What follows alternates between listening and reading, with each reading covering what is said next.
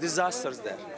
Even the Israeli government, which never allows access to Gaza from the Mediterranean, has given permission for 300 Palestinians to return. The request was made because there is a concern for their safety and their very lives. And for humanitarian reasons, I decided to respond positively to this request. All the time, the outside world holds meetings, worries about a flood of migrants to Europe, talks about sanctions. Nothing yet, though, with the power to move Gaddafi. The violence must stop. Attacks against civilians are a serious violation of international humanitarian and human rights law.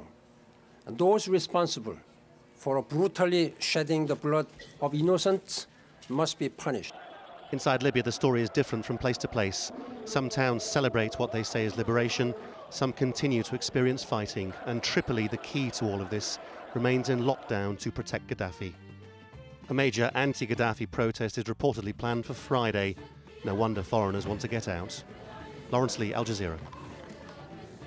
Well, we have correspondents across the region. Jamal Shayal is in Saloum on the Egyptian side of the border with Libya. Nazneen Mushiri is at Ras Ajdir on the Tunisian-Libyan border. Let's go first to Nazneen in Ras Ajdir. Nazneen, is there still heavy movement of people there?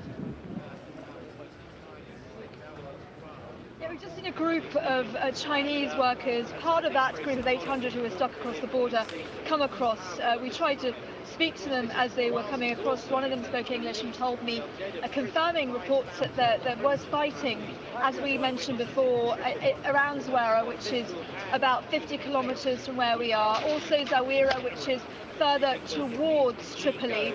So we are hearing about clashes in those areas, making this road to the border extremely dangerous. But there are people still trying to get out, Tunisians, Egyptians, and a small number of Libyans as well. And Nazneen, just looking at my map here, Zawara, Zawiya, as you mentioned, not too far from the border. Presumably, if there's heavy fighting in both those places, as was reported, within the next few hours, we're going to be seeing hundreds, if not thousands more people making their way towards that border with Tunisia, even on foot possibly. Well, many people have been coming in cars. Some of them say the difficulty is getting transportation out on those roads. By foot, it is a long journey. It's very difficult for them to do that. But if those reports are right, if the fighting is intensifying in this western part of Libya, close to our border, then certainly we will see more people trying to make their way out across this border. It's very easy for them to do so. Tunisians obviously can come across, but the Libyans and Egyptians and other nationalities of Tunisians are making it extra easy for them to get visas so they can come here, be treated if they need to be. There are tents and the field hospital set up ready in the event of an influx of injured people.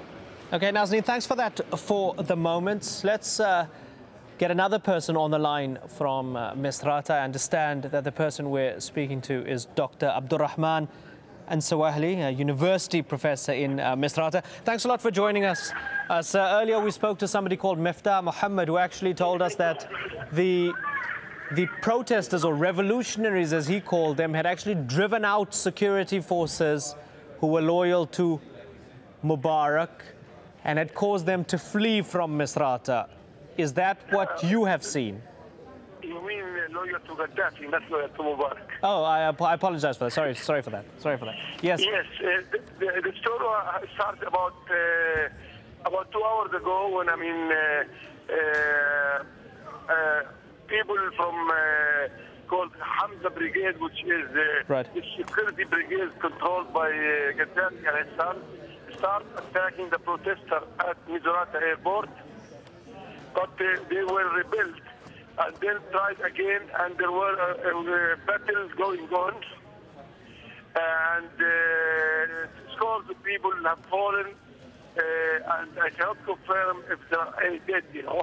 This is again, at the same time, another attack came to center of Misrata. Could you tell me what they are fighting with? What they are rebelling with? What sort of firepower is being used here? Heavy machine guns, and large caliber anti-aircraft guns, and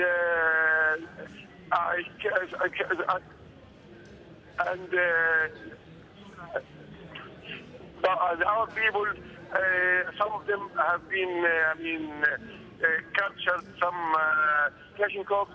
That's all what they are fighting with, against this attack. And this Hamza Brigade, who does it consist of? Does it consist of foreign mercenaries? Some of the people are nurses, and I think, I have the news from people on the spot telling me that they have taken at least 2 prisoners, One of them injured and the other one is not injured. But the battle in the center of Misrata is still going on. But I have the report from people on the spot that these, attackers are being repelled, and I think we will,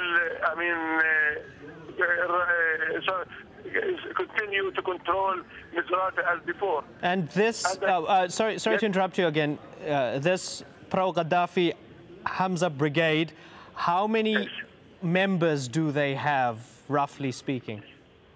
The total brigade is about 1,000, soldiers. And how many are you?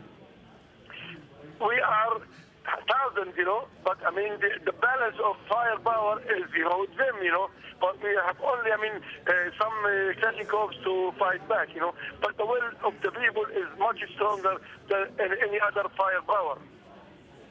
And as you have noted, today, since the morning, it seems that there is an order being given by Gaddafi regime to his security brigades to start, going out and suppressing the young revolutionary people in Misrata, in Zawiya, in Zwara, in Gharian and AlJazeera, this is a general war being waged against the unarmed Libyan revolutionary young people. Dr. Ansawahili, sorry to interrupt you again. Where are you standing exactly right now? I am outside Misrata. And are you witnessing the clashes as we speak? No, I am not with myself, but I can hear the fire, the bullets and the guns, And you say you can hear the police. Are the police going to the aid of whom? The police is, supporting the protesters, This is, we have won them to our side since 5 days ago, Yeah. Everybody in Misrata is with us.